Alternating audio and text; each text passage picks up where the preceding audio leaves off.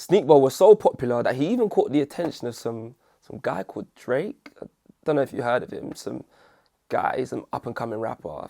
Hopefully it works out for him though. I think he might have a promising career on his hands. Need a girl with an African back, right? Sneak to the boat, right? Exactly. No ping ping, nobody go text me. That's my joint, man, for real. Nah, I'm with it, man, all the way.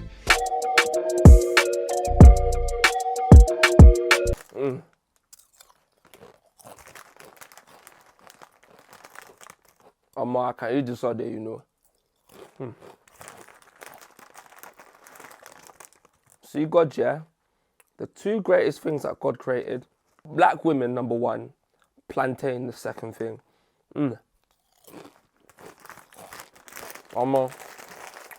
As somebody that's British, I mean, despite my incredibly Nigerian name, I am British, as long as I'm a boxer, rapper, or footballer.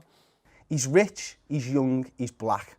People have a problem with that. He's either shopping at EasyJet in Poundland or his cars are too expensive. He spends too much or too little. And they hate him too. That yo, Theresa May, where's that money for Grenfell? Well, you thought we just forgot about Grenfell, you criminals. And funnily, they've started to hate on Anthony Joshua as well, especially in the aftermath of the George Floyd protests. Yeah, y'all celebrated him more than you did Tyson Fury. But now that he's showing his blackness, so to speak, now y'all want to turn your back on him. Basically, you're only accepted as a black person in Britain as long as you're not outspoken and you know your place. Kind of like these guys. I mean, they're Asian and they're most certainly not black. But what does it matter anyway? You know, we're pretty much all the same to white people, you know? Hashtag BAME.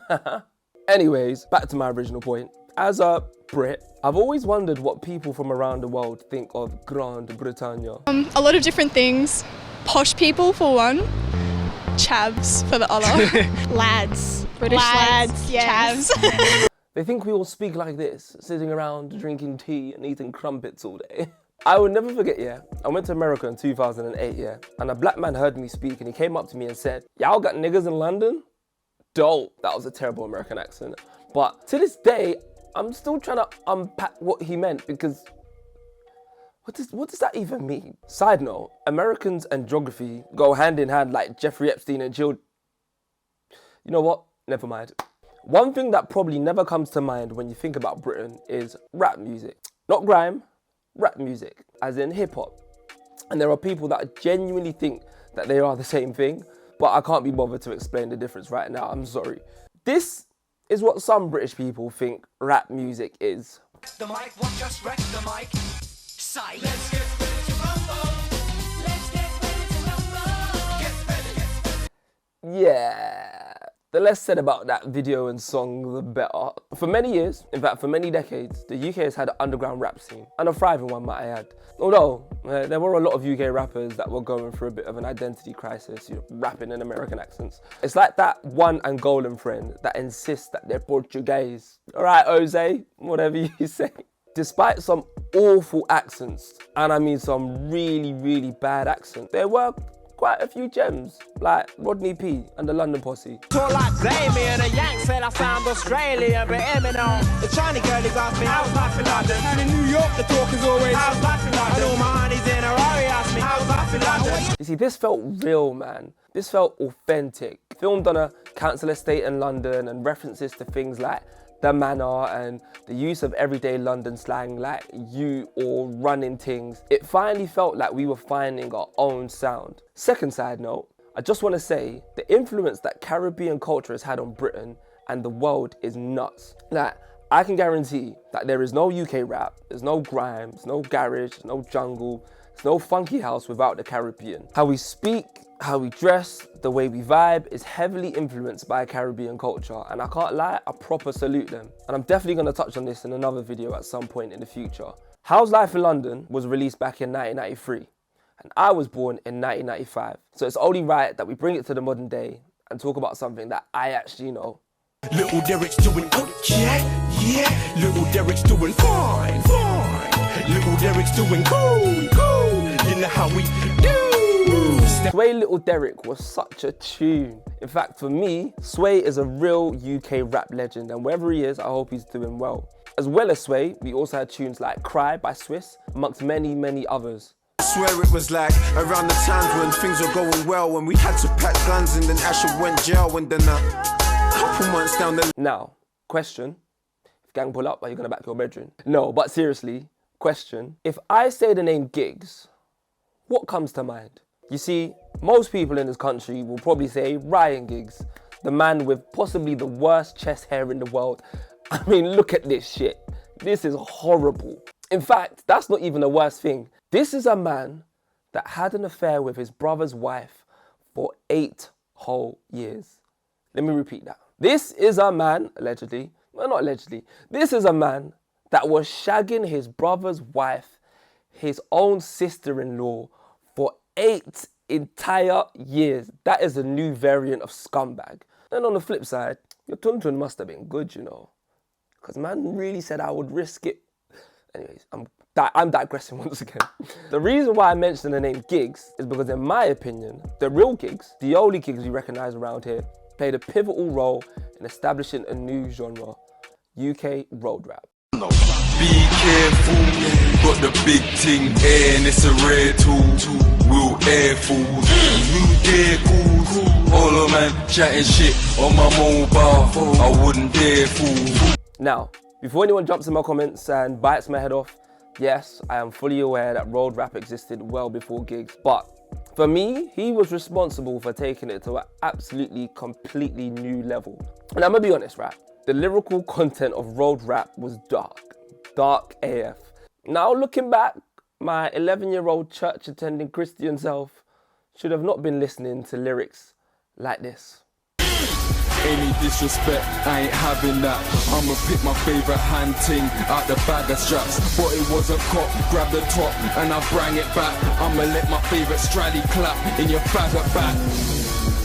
Rat-a-tat, man splattered that. Slugs going through the window and shattered that. Any disrespect, I ain't having that.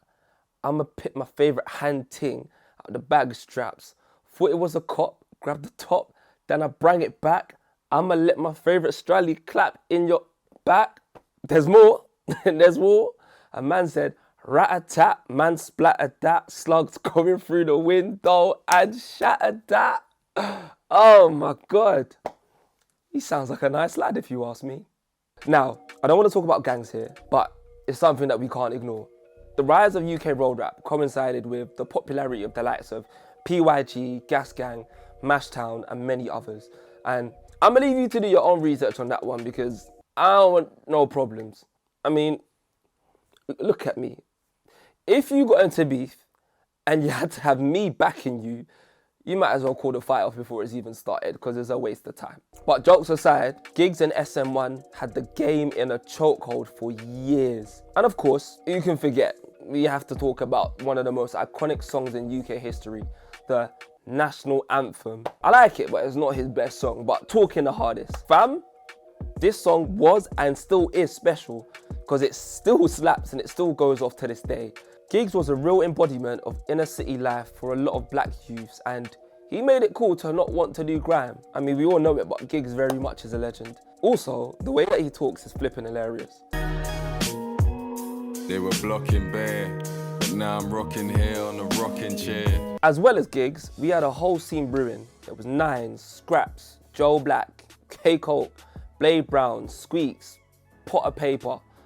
He's not Zezak, but we'll open the borders for him and he's lit as well. So I also want to give an honourable mention to Crepton Conan and to Sneakbo. You see, Crepton Conan, in my opinion, don't really get the plaudits that they deserve. From the Tsunami mixtape, to the Otis freestyle getting 3 million views in 24 hours, to Don't Waste My Time, to charting off a mixtape, to Freak of the Week, to Crepes and Cones, to a BAFTA award-winning TV show. These men are actual legends in this thing. These guys have been ever present in our scene for over 15 years. Their unique flow and their wordplay is another reason why UK rap became so popular, and arguably it became popular at the expense of grime. As well as Crepton Conan, as I said, honourable mention goes to none other than Sneak to the Bowl. Because you see when Sneakbo and Political Peak linked up, mad thing. It was like Michael Jordan and Scottie Pippen. All I'm gonna say is Touch a Button Remix is another historical moment in black British music history. Let me show you the wave. Gunman fam, I don't play games. Batman, now I'm out on the rage. I roll out, then look off the rave. Sneakball was so popular that he even caught the attention of some guy called Drake. I don't know if you heard of him. Some guy, he's an up-and-coming rapper. Hopefully it works out for him though. I think he might have a promising career on his hands. Are you going to try out the jet ski wave? I mean, I'm on the jet ski wave every day. I've been on it, yeah. Yeah. I can need a girl with an African back butt. Sneak to the boat. Exactly. No ping ping, nobody go text me. That's my joint, man, for real. Nah, I'm with it, man, all the way.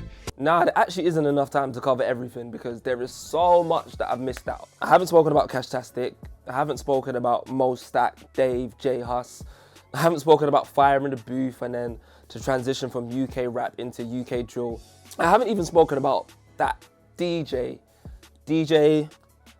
Jim Restgood. You know who I'm on about. That guy. And I really do hope he rests for good because uncle is enough. The way you're fighting his retirement. I'm not one that's gonna age shame ever, but I will say my man was around before the NHS and he's a legend and everything, but being a legend doesn't mean you're not a fossil fuel. Yeah. So this is what we're gonna do. I'm gonna part this episode right here, but leave a comment below if you would like me to do a part 2 on all things UK road rap, and I'll get it done for you. And as a result, many of the people that I mentioned have gone on to forge amazing careers in the media and have been able to do it whilst being unapologetically black. Minus David Fianich, of course, because obvious reasons. Things that are of matter to the urban youth of today. Raving!